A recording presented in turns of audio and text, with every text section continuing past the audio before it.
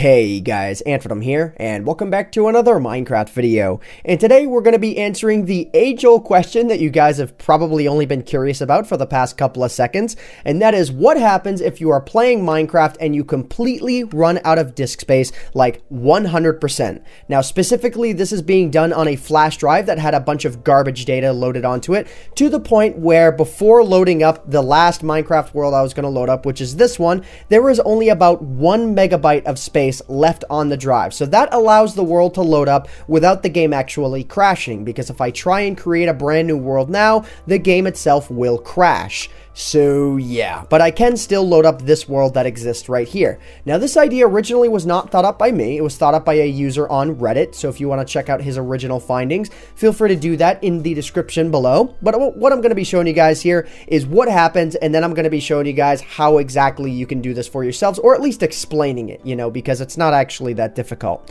So anyways, what I'm going to be doing here is I am going to load up this world that exists on a hard drive that has literally 0 kilobytes left. So let's go ahead and let's hit play world here, and if you guys could see the console on Minecraft, you would see that it is spitting out all kinds of information regarding the fact that it cannot correctly place chunk files. So looking immediately around here, you may not notice any super immediate issues until you start to look, you know, sort of out in the distance here. And as we sort of rise up here, you can see there's a mountain in the distance that we're going to head off to. You can start to see the problems that are going on here. So essentially what's going on is, well, I don't know the exact details, but I do know that Minecraft is not able to correctly place chunks in the correct locations. So what Minecraft tries to do to compensate, since it sees the error, is it tries to move chunks around, but it obviously can't correctly make out where it needs to place these chunks. So as you can see, it does some really interesting things to mountains and whatnot. Like, it just completely tears up the terrain around it.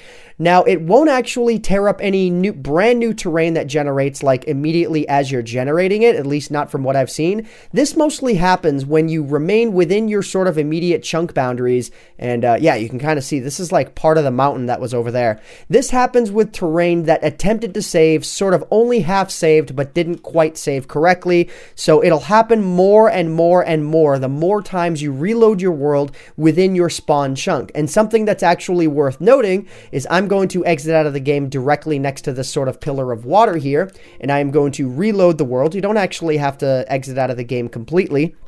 And you're going to notice that it should not spawn me next to that water pillar again, because the game is again out of disk space and is unable to actually save wherever it was that I was.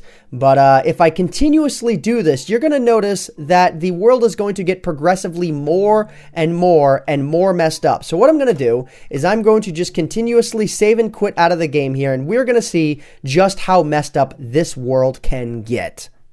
Alright, so I've done this 4 times now, and I'm going to go ahead and I'm going to do this for a 5th time, because I've observed that after 4 tries, the world gets incredibly messed up. Now, I'm sure I could probably continuously do this over and over and over again, because the game isn't showing any specific signs of crashing, but if you guys compare the first time I loaded the world, you know, to now, you can see that things are just very obviously completely screwed up. Like, there were barely this many chunk errors when I flew over to the mountain the first time, but now you can just see, like, it is just completely screwed up. Like, this world is just completely done. So yeah, I'm gonna go ahead and I'm gonna do this just one more time, and then what I'm actually gonna do is I'm gonna free up some disk space on the drive to see if the world remains screwed up. So that'll be the interesting thing, to see if you can generate these worlds and actually have them remain screwed up, if you just say want to do it just for the fun of it. Yeah, I mean, look at the trees going on here. Like, this is weird. You can almost even notice some patterns of repetition here with the tree lines. Like, there's just, like, for example, that tree leaf pattern and that tree leaf pattern almost look exactly the same. And I'm sort of seeing some, you know, repetition, like there's a tree right there and a tree right there. Just the way they're loading up looks like they're repeating. Like, look, you can see that right there, and that right there. Looks like they're all a part of the same glitch. Like, they're even at the exact same height as well. Same with that one. So yeah, I think the mountain, I'm not exactly sure what direction the mountain is off in, but yeah, like, you can really see that this is messed up.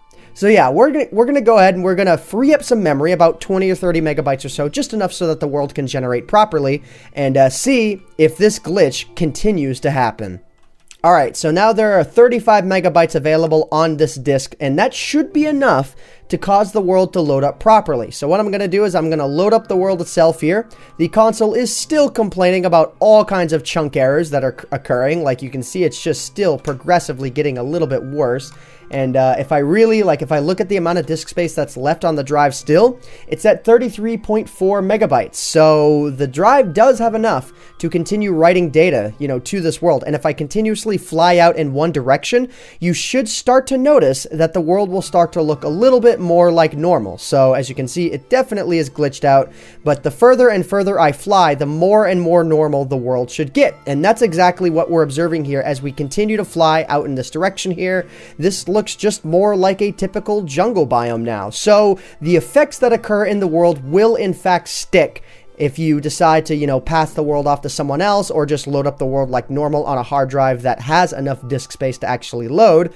It'll, look just fine. Like, yeah. So anyways, guys, that was the experiment in a nutshell. Let me know what you guys thought of it. If you guys want to try it out for yourselves, actually, I did say I was going to explain how to do this. Again, you just need like a flash drive or something like that that has almost no disk space left. And then what I would recommend doing is if you right-click on your taskbar, if you're on Windows, and you go to Start Task Manager, and then you find javaw.exe on your processes, right-click on it, and then you hit, I think it's Set Priority, and then I set it to Low.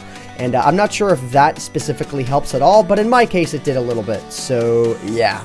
So anyways, guys, I hope you all have enjoyed this random little video of randomness. My name is AntVenom, and I bid you all farewell, guys. Thanks so much for watching.